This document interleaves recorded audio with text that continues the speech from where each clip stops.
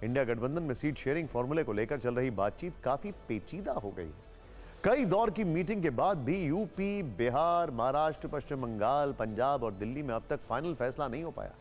कल बिहार को लेकर कांग्रेस और आरजेडी की बैठक में कोई ठोस बात नहीं निकल पाई।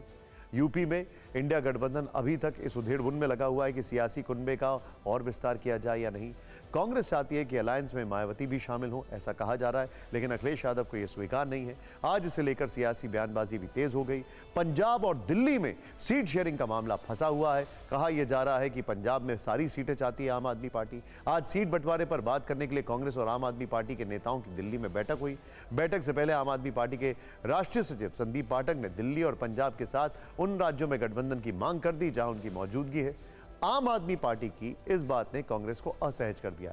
बैठक के बाद सिर्फ यही सुनने को मिला है कि बातचीत अच्छे माहौल में हुई है। सीट शेयरिंग का कोई नंबर सामने नहीं आया। इस बीच एक बड़ी खबर सामने आ रही है। पंजाब में आम आदमी पार्टी के साथ गठबंधन को लेकर कांग्रेस नेताओं में मतभेद नजर आ रहे हैं। नवजोत सिंह सिद्धू ने लोकसभा चुनाव के लिए आम आदमी पार्टी से गठबंधन का समर्थन किया है।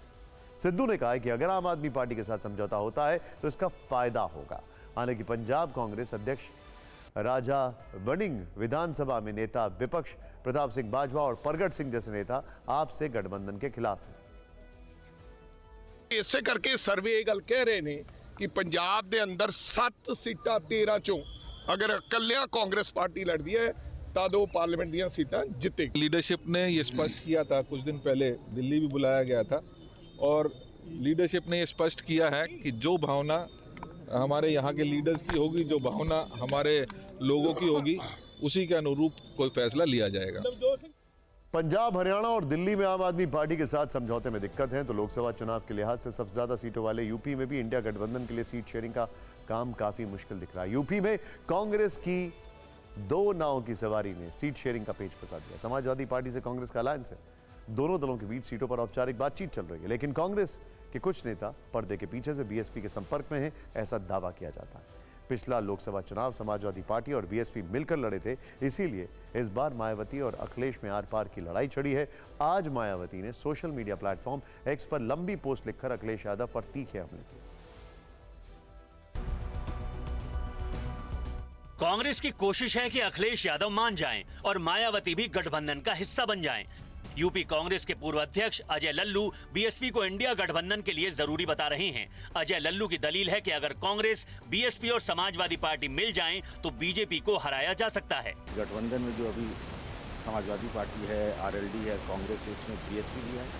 देखिए, मैं तो पहले दिन से बोल रहा हूँ और अभी भी यही बोल रहा हूँ, और मैं केवल कांग्रेस के लिए नहीं, एक आम इंसान के नाते बोल रहा हूँ। और बहन जी को खास तौर से कहना चाहता हूँ कि बहन जी, जिस मिशन मूवमेंट के ऊपर आपने पूरा जीवन अपना न्यौछावर कर दिया, उस मिशन मूवमेंट को अगर बचाना है तो सबको साथ आकर के चुनाव लड़िए।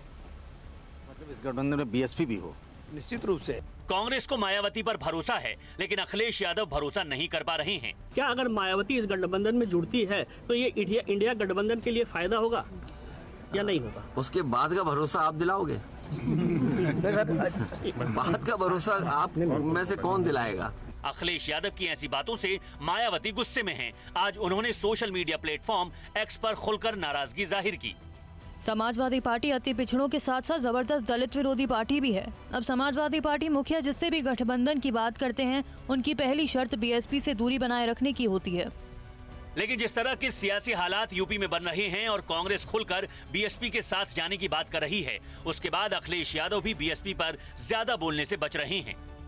सर, आपने कहा कि इस पर कमेंट नहीं करना चाहिए। मैंने क्या कहा? बीएसपी के सवाल पर आपने जवाब दिया कि उस पर कमेंट नहीं करना चाहिए क्योंकि आगे क्यों चर्चा है। मैं जानता हूँ क्या पूछोगे नेक्स्ट। समाजवादी पार्टी सीट बंटवाने को लेकर कांग्रेस और आरएलडी के अलावा आम आदमी पार्टी और जेडीयू से भी बात कर रही है। सूत्रों के मुताबिक अखिलेश यादव ने 65 उम्मीदवारों की लिस्ट तैयार कर ली है। वो कांग्रेस के लिए 10 और आरएलडी के लिए 5 सीटें छोड़ने के मूड में है, लेकिन कांग्रेस 10 सीटों पर राजी नहीं दिख रही। वो कम से कम 25 सीटें मांग रही है।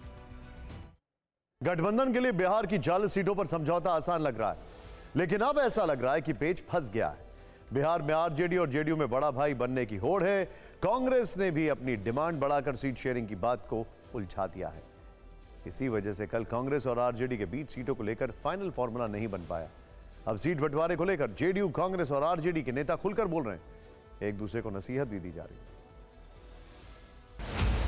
आरजेडी और जेडीयू ने अपनी तरफ से 17-17-4-2 का फॉर्मूला बनाया था, यानी 17 seat RJD, 17 seat JDU, 4 seat Congress और 2 सीट अन्य दलों के लिए। लेकिन बिहार कांग्रेस के नेता इस फॉर्मूले को खारिज कर रहे हैं।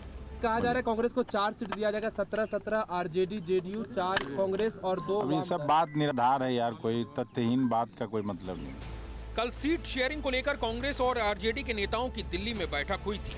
सूत्रों के मुताबिक कांग्रेस ने आरजेडी से 10 सीटें मांगी हैं। गठबंधन में शामिल सीपीआई-एमएल ने 6 सीट पर दावा जताया है। दिक्कत ये है कि 2019 के लोकसभा चुनाव में जेडीयू ने 16 सीटें जीती थी, यानी जेडीयू के लिए 16 सीट से कम पर मानना मुमकिन नहीं होगा। नहीं, हम सिटिंग सीट है हमारा भाई, सिटिंग सीट, हम जीता हुआ सीट है। ऐसा सुने हैं कि जीता हुआ सीट रहेगा और उसमें कोई किराएदार आके रह जाए? ये संभव है क्या? हम घर बाए हैं और घर में किराएदार रह जाएगा? भाई हमारी सीट है, हम लड़ेंगे उस सीट पर। जो non Congress, non BJP ruled state हैं या जहां उनकी ताकत ज्यादा है, वहां अनुपात के से अधिक सीटें मांगना कांग्रेस पार्टी का अव्यवहारिक काम। आरजेडी बिहार में खुद को बड़े भाई की भूमिका में देख रही है, इसलिए वो भी जेडीयू से कम सीटों पर लड़ने के लिए तैयार नहीं दिख रही है। हम सबसे बड़ी पार्टी है, तो हम ये नहीं कह रहे हैं कि हमको बहुत ज़्यादा मिलना चाहिए, लेकिन हमारी जो पहचान है बिहार में, हमारा जो पकड़ है बिहार में, तो इसमें हमारा शीर्ष नेतृत्व तय करेगा। बिहार में सीट समझौते में देरी ने सहयोगी दलों के अंदर बेचैनी बढ़ा दी है। जेडीयू के नेता सीट समझौते में हो रही देरी के लिए खुलकर कांग्रेस को जिम्मेदार बता रहे हैं। लोकसभा चुनाव के में बीजेपी को चुनौती देना चाहती है। अगर बात की जाए इंडिया गठबंधन, एक सीट पर एक उम्मीदवार की बात हो, लेकिन 6 राज्य ऐसे हैं जहां इंडियन गठबंधन के लिए सीट शेयरिंग पर कोई ठोस नतीजा नहीं निकल पा रहा है। 80 सीट वाले यूपी में अखिलेश यादव और कांग्रेस के बीच गठबंधन की गाड़ी हिचकोले खा रही है, ऐसी खबरें हैं।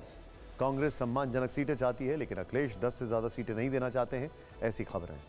इस तरह 48 लोकसभा सीट वाले महाराष्ट्र में भी शिवसेना उद्धव ठाकरे कांग्रेस को ज्यादा सीट देने के मूड में नहीं है, ऐसी खबरें हैं।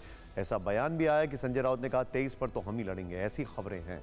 लोकसभा सीटों के लिहाज से तीसरे सबसे बड़े राज्य पश्चिम बंगाल में भी कांग्रेस की स्थिति ठीक नहीं है। ममता बनर्जी कांग्रेस को 2 से ज्यादा सीट देना नहीं चाहती है। यहां पर तो 4 जनवरी को अधीर रंजन जी ने सीधे सीधे ममता जी को बीजेपी की बैटिंग करने वाली बता दिया है, उनके लिए बैटिंग करने वाला बता दिया।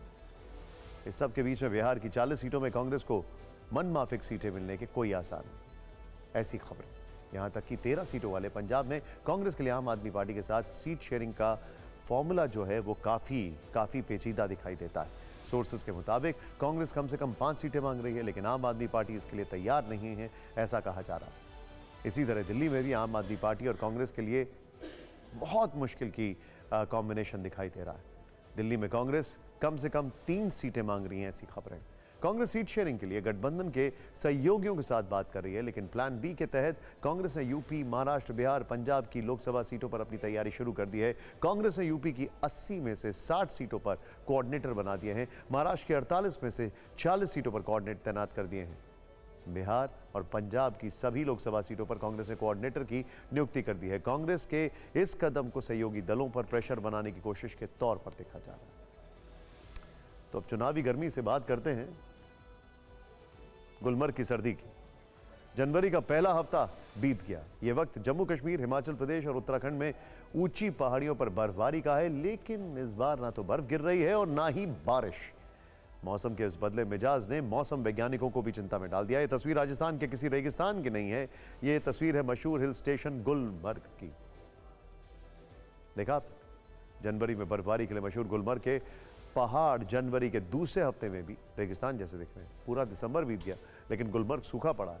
मौसम विभाग का कहना है कि आमतौर से जनवरी के पहले हफ्ते तक बर्फ गिर जाती थी, लेकिन इस बार ऐसा नहीं हुआ, जिसकी वजह से गुलमर्ग के पहाड़ वीरान दिख रहे हैं। मौसम विभाग के मुताबिक दिसंबर में कश्मीर घाटी में 79% कम बारिश हुई है। मौसम विभाग का अनुमान है कि 12 जनवरी तक मौसम शुष्क रहेगा।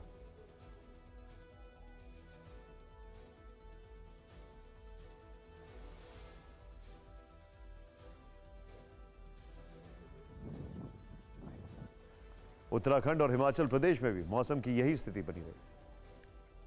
हैरान करने वाली बात यह है कि न्यूनतम तापमान -5 डिग्री सेल्सियस तक जा रहा है। लेकिन बर्फ का नामो निशान नहीं है। वैसे न्यूनतम तापमान दिल्ली का भी गिरा है। दिल्ली में आज न्यूनतम तापमान 5.3 डिग्री सेल्सियस दर्ज किया गया। ये कल के न्यूनतम तापमान से 2.9 डिग्री कम है।